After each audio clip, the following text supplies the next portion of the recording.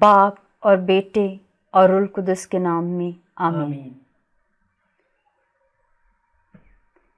آٹے کا گھڑا خالی نہ ہوا، جیسا کہ خداوند نے الیاس کی زبانی فرمایا تھا۔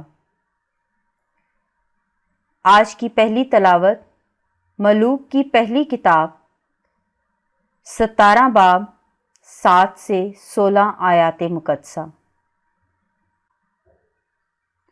اس وقت کچھ دنوں کے بعد ایسا ہوا کہ وہ نالا سوکھ گیا، کیونکہ زمین پر مینہ نہ برسا تھا۔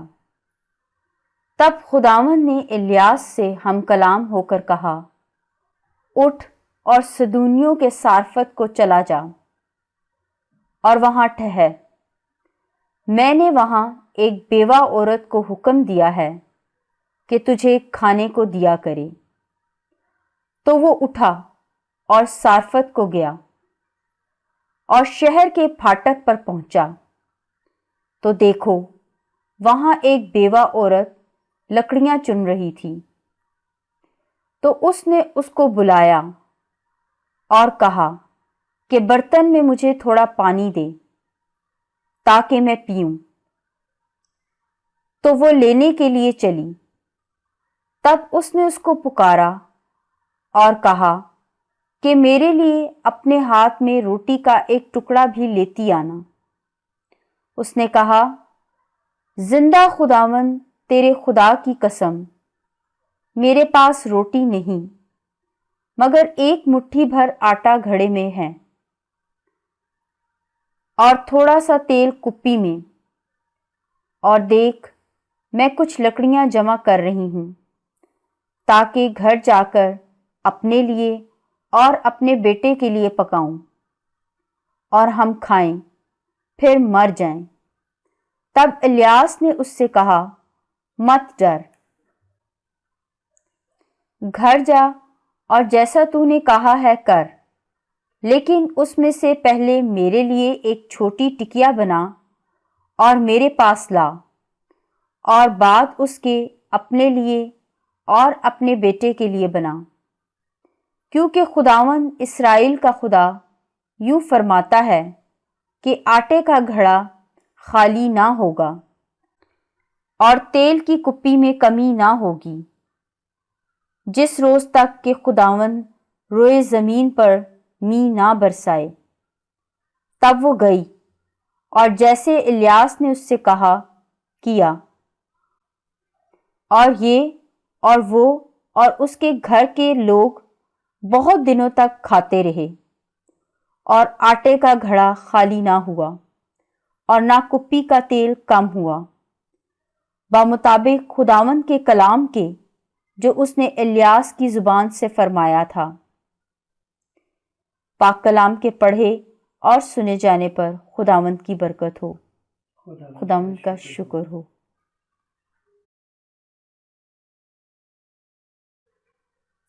زبور 4 2 سے 5 اور 7 سے 8 آیات مقدسہ۔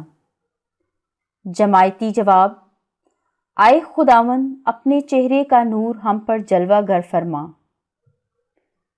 آئے خداوند اپنے چہرے کا نور ہم پر جلوہ گر فرما۔ جب میں پکاروں تو میری سن، آئے میرے خدائے عادل۔ تنگی میں تو نے مجھے کشادگی بخشی ہے، مجھ پر رحم فرما اور میری دعا قبول کر۔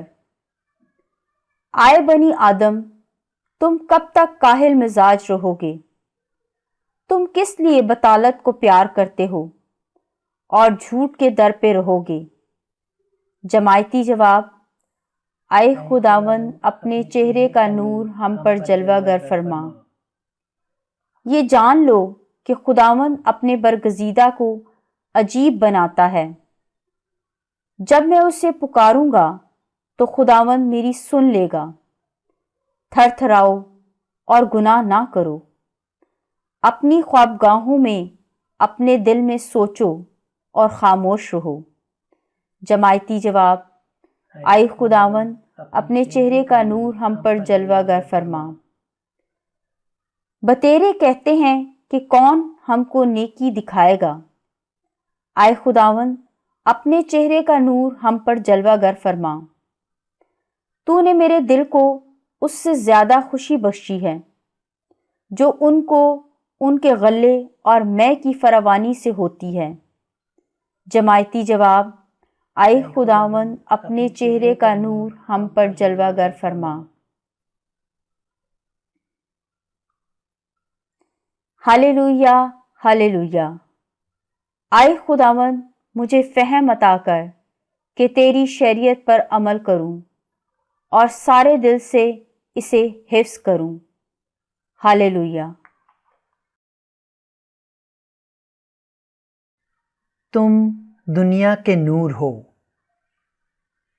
انجیل مقدس متی کے مطابق۔ آئے خداوند تیری تمجید ہو۔ باب 5 13ویں سے 16ویں آیات مقدسہ۔ ایک دن یسوع نے اپنے شاگردوں سے کہا،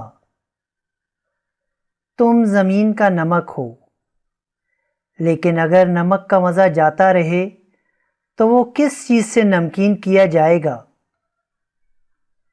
پھر وہ کسی کام کا نہیں، سوائے اس کے کہ باہر پھینکا جائے اور لوگوں کے پاؤں کے نیچے روندا جائے۔ تم دنیا کا نور ہو۔ جو شہر پہاڑ پر بسا ہو وہ چھپ نہیں سکتا، اور لوگ چراغ روشن کر کے پیمانے کے نیچے نہیں بلکہ چراغ دان پر رکھتے ہیں، تاکہ ان سب کو جو گھر میں ہیں روشنی پہنچائے۔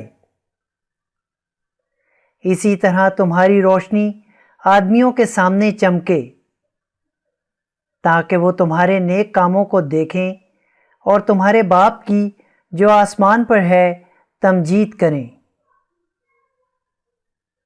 انجیل مقدس کے وسیلے سے ہمارے گناہ معاف کیے جائیں۔ اے اے مسیح تیری ستائش ہو۔